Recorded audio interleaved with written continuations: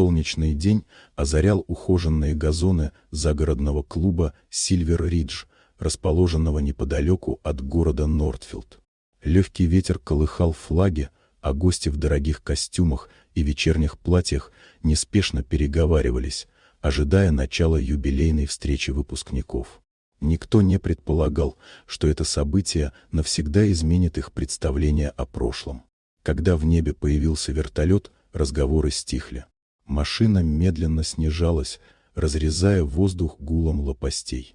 Люди смотрели вверх с недоумением, не понимая, кому понадобилось такое эффектное появление.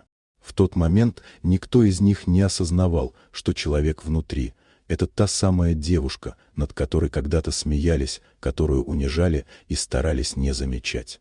10 лет назад ее знали как Лину Мур, тихую, бедно одетую ученицу из неблагополучной семьи. В коридорах школы Истбрук-Хай она всегда шла с опущенной головой, стараясь не слышать насмешек и шепота. Для звезд класса она была удобной мишенью. Ее скромность высмеивали, одежду из секонд-хенда превращали в повод для шуток, а одиночество — в развлечение.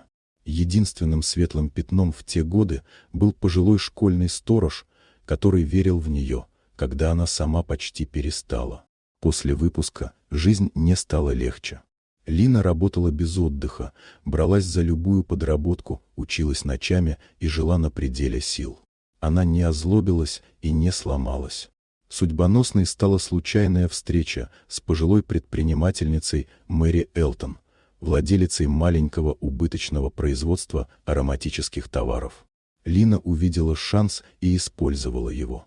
За несколько лет ее идеи, труд и настойчивость превратили крошечный бизнес в успешный международный бренд Elton Home. После смерти наставницы компания перешла к ней, и девушка, у которой когда-то не было ничего, стала влиятельной и независимой. Приглашение на встречу выпускников она получила с очевидным подтекстом. За вежливыми словами чувствовалось старое высокомерие. Но теперь Лина возвращалась не за одобрением. Она возвращалась, чтобы закрыть главу. Когда вертолет коснулся земли, и она вышла в светлом платье, уверенная и спокойная, толпа расступилась. В лицах читались удивление, стыд и растерянность. Те, кто когда-то смеялся, теперь не находили слов. Лине не нужно было говорить, ее путь говорил за нее. Она прошла по залу, взглянула на старые фотографии, где на одной из них сидела одинокая девочка на школьной скамейке. В этом взгляде не было боли, только благодарность за пройденный путь. Она больше не принадлежала тем воспоминаниям. Покидая территорию клуба, Лина почувствовала редкое облегчение. Ее прошлое больше не имело над ней власти. Она не искала извинений и не ждала признания. Она уже победила не людей, а обстоятельства. История закончилась не эффектным триумфом, а тихим, зрелым освобождением.